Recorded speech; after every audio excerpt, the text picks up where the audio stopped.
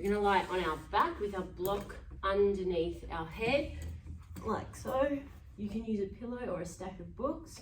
We're gonna take our strap, or you can use a towel, a long enough towel. We're gonna start by taking the strap around the ball of our foot. Anchor yourself down through your opposite leg or your bent leg, and then just start to sort of see what your range is. Where can you tolerate?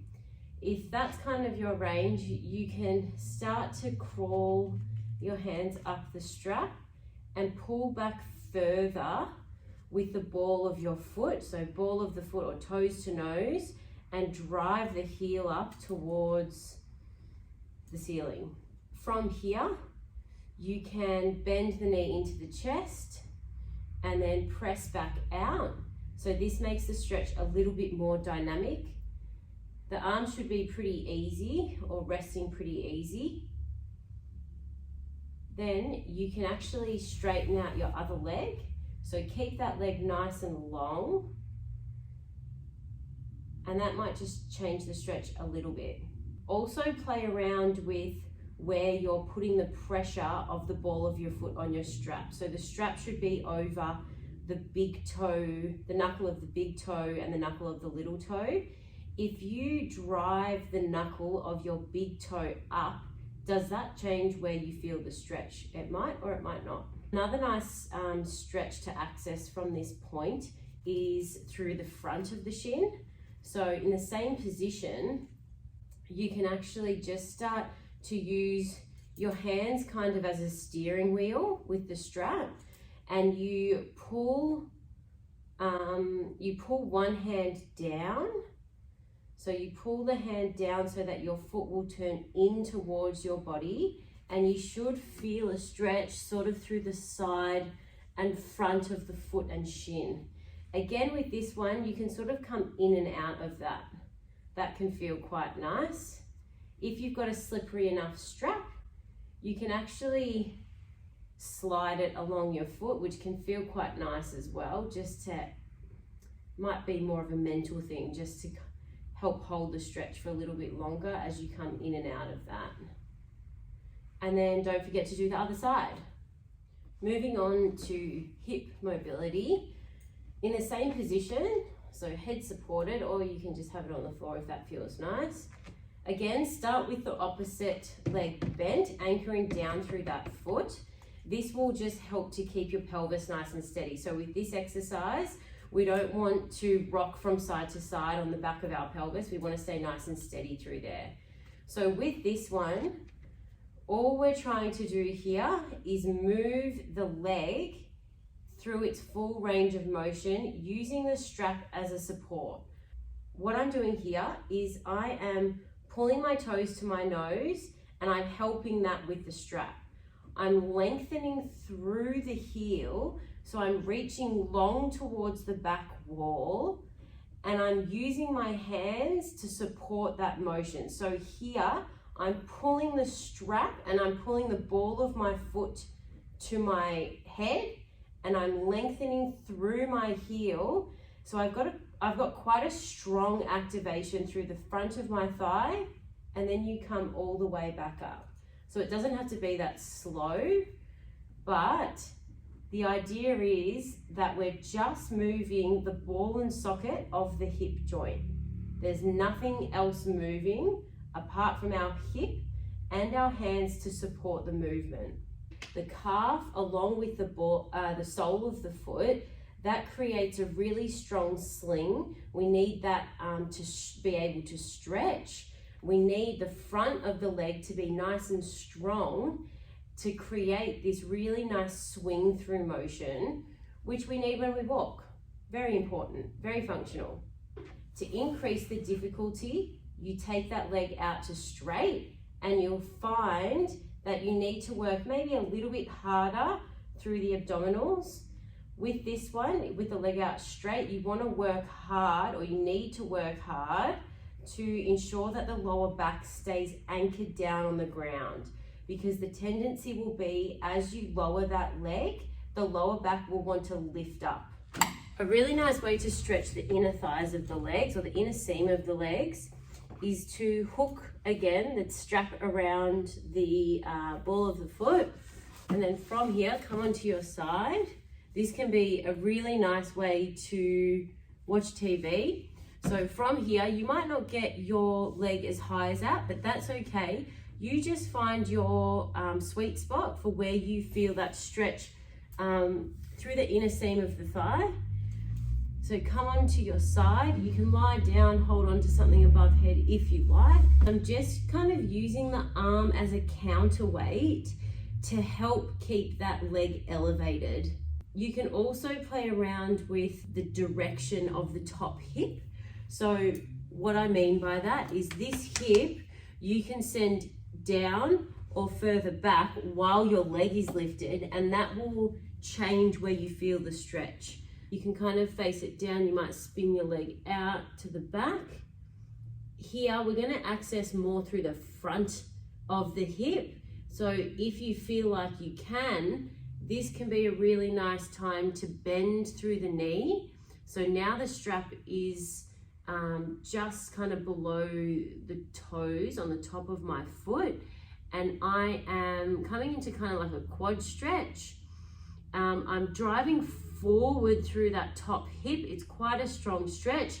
You can release the strap as much as you need.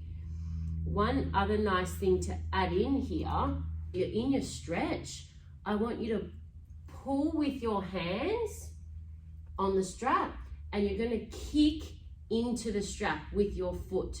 So here I'm getting a quad or the front of the thigh activation, and then you release, and then you see if you can take it a little bit further.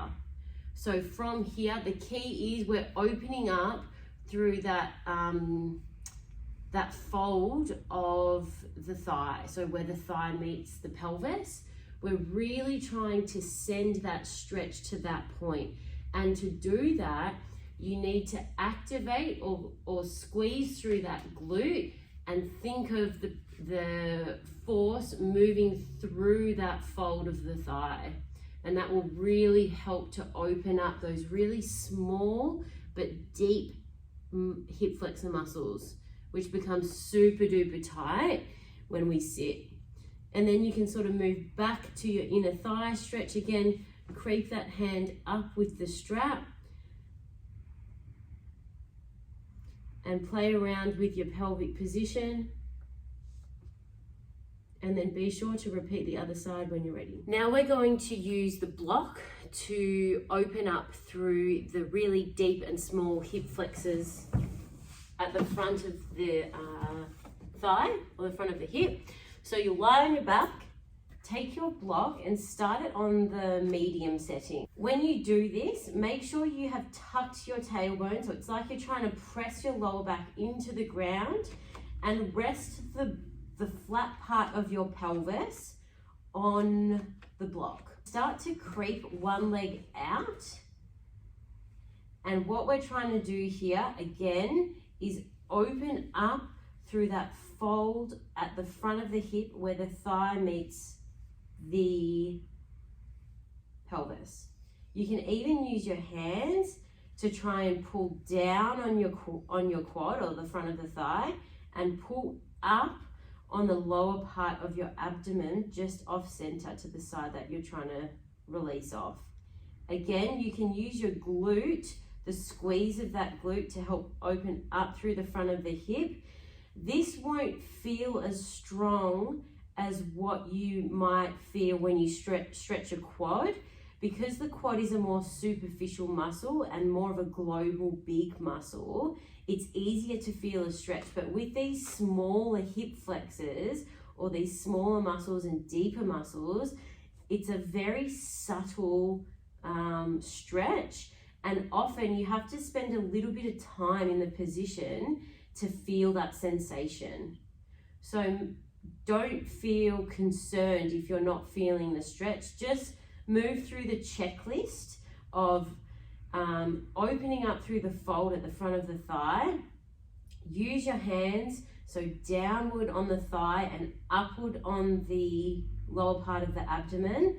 Squeeze that glute, so you're trying to open up through the front of that hip, and just breathe. breathe in to prepare, and then breathe out and see if you can go a little deeper with that breath out.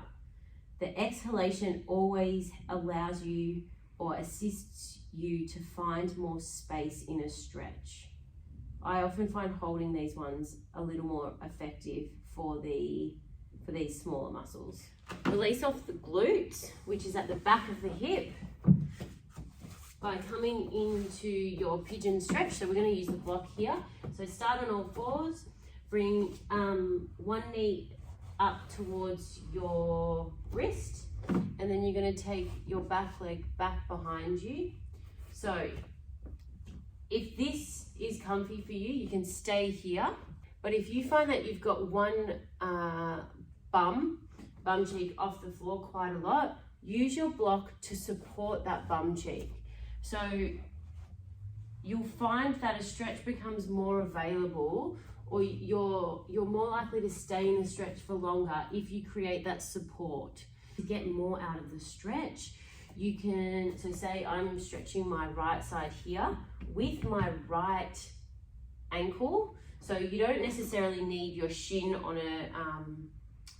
at a 90-degree angle. You can bend your knee quite a lot here. That can just help you to get a little bit further. The further out you take that foot, so the bigger the angle at the knee, the more intense the stretch will get. But what I can do here is I can push the outside of my ankle into the floor, so I'm creating a contraction through my glute and through my leg.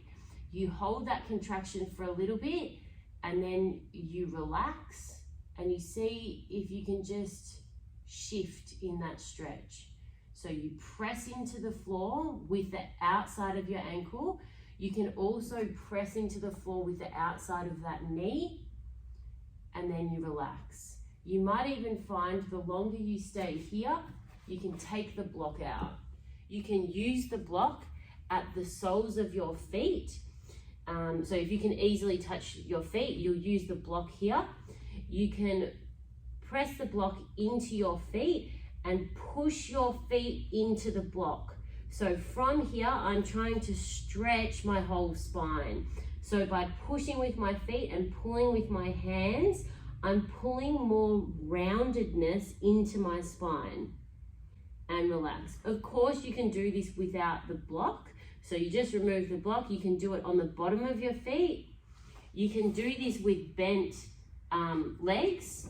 You can use the block underneath your knees if that feels nice, so that your knees are supported when they are lifted. You can use the higher setting if you need, the medium setting. So the same thing, your knees are supported. You can even hold onto the front of your shins if you like. So you push away with your heels, you pull with your hands, and you're trying to create that roundedness through the back. And then we relax. So that one's not so much about feeling it through the back of the legs, particularly if they're bent, but getting that spinal range into flexion can be quite nice.